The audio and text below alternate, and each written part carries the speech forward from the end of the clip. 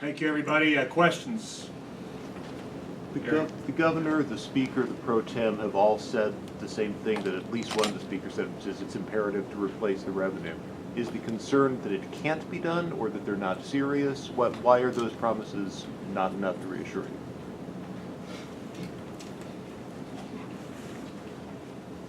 We're a month and a half into the session and no one has said a word about it.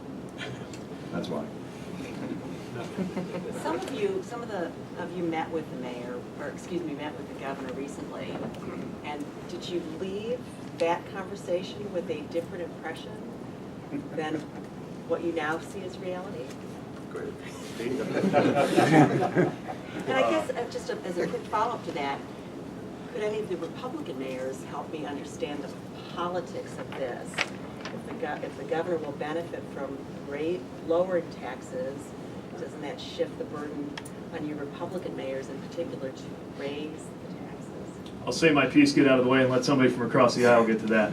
I'll say that we heard a lot of reassuring things in dialogue with the governor, reassuring words like revenue neutrality. Now we're trying to see where that might actually be, because on one hand, we're hearing a lot of reassurances about revenue replacement or other measures that would stop this from hurting our communities. On the other hand, we're seeing support for two pieces of legislation, each one of which would definitely hurt our communities. So I think it's time for the House and the Senate and the governor to get on the same page and show some leadership and put some specifics behind the reassurances that we've heard, or else we won't be reassured for very long. But I'll defer to other folks on the politics of it. You know, once you're in the mayor's office, there's not a lot of politics involved. You may have to deal with a castle or whatever, and I think all of us do this. But you have to run the city. You need a certain amount of money to run the city, and it's getting more difficult as you go along. We've just been through what they call the Great Recession, and all of us are still struggling from all of that. And now this. I cannot emphasize this enough. There is a shift going on in the country, and certainly in the state and all of our cities, that people want a better place to live. They want a higher quality of life. They want value for their tax dollar. They just don't want, it's easy to say they always want the lowest tax dollar. That's a really simple thing to say, and that may win an election here or two. But they really want value for that tax dollar, and they want really good parks, they want amenities, they want good schools, they want all of these things. And this legislation will impact all of that. Why isn't the governor listening? You make a persuasive case. Can you explain to me or help me understand why that message is not resonating? I'm suggesting to you, no one has come up with what the replacement revenue is. I think that's why we're all here. I understand. I guess my question is why. I don't understand. You'll have to ask them now. We've tried. Because you know what? We're not getting any answers. We're open to you guys. All of us are saying the same thing. Well, we're asking the same So you're not hearing any more in the way of specifics than we are in the public or in the media on what replacement mechanisms might be out there? Zero. I testified at the House Ways and Means Committee yesterday on SB 1, and I reiterated that this group felt we needed full replacement revenue generated by the state. Representative Brown, or just full replacement revenue.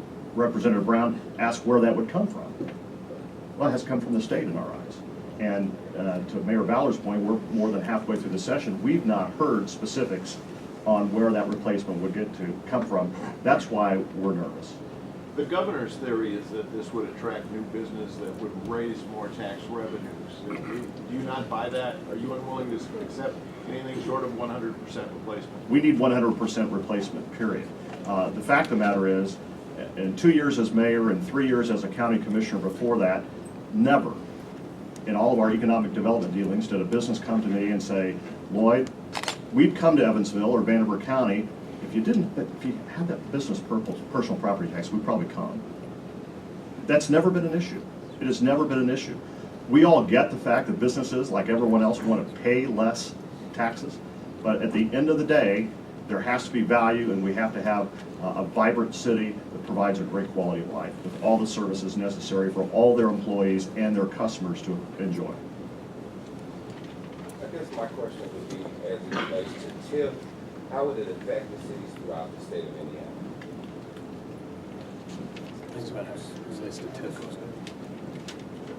So, cities rely on TIF as well as an economic development tool, and this certainly eats away at TIF, just as it eats away at general fund dollars. Now, for us, general fund dollars are generally the hardest to replace, so that's what we're most alarmed about when it comes to what this will do to police, fire, not to mention schools, libraries, and the rest of it. But this would also undermine our ability to raise funds through TIF. I might also just address the last question mentioned that we are empowered to make some decisions about when a tax abatement, for example, would be a useful economic development tool.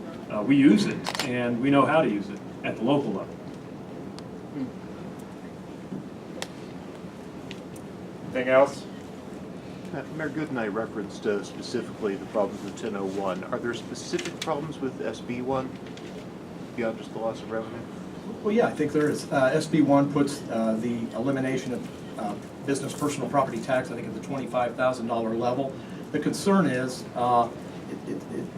once you start chipping away, every dollar is valuable to our cities now. Mayor Ballard mentioned this. We all are continuing to be as efficient as possible and looking at new ways and creative ways to finance the operations of our cities.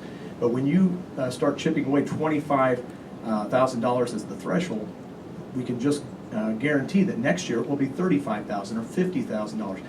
And the other part of that, I believe, it will be detrimental to our economic development if a business has $24,000 worth of business personal property tax, and they don't have to pay if this legislation passes.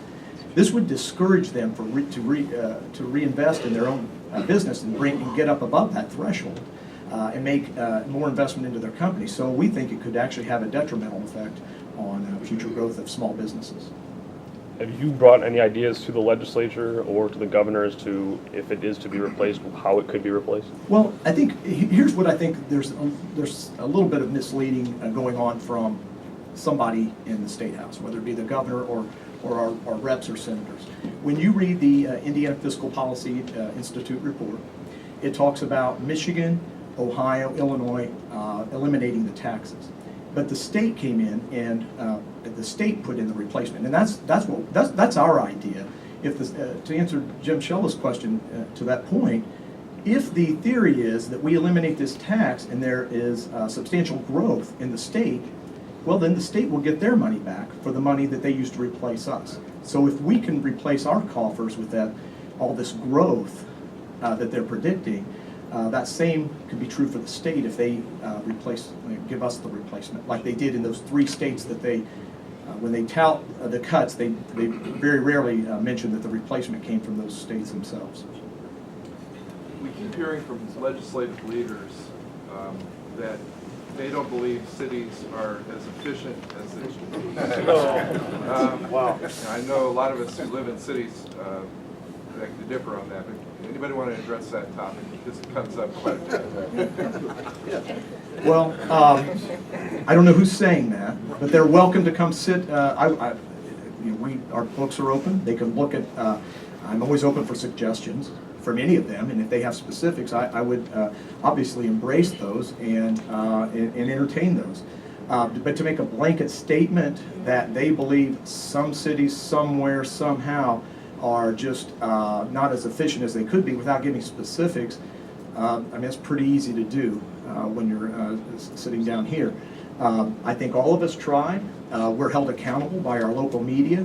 We're held accountable by the voters. We're held accountable by our city councils to make sure we are not frivolous in the way we spend our money.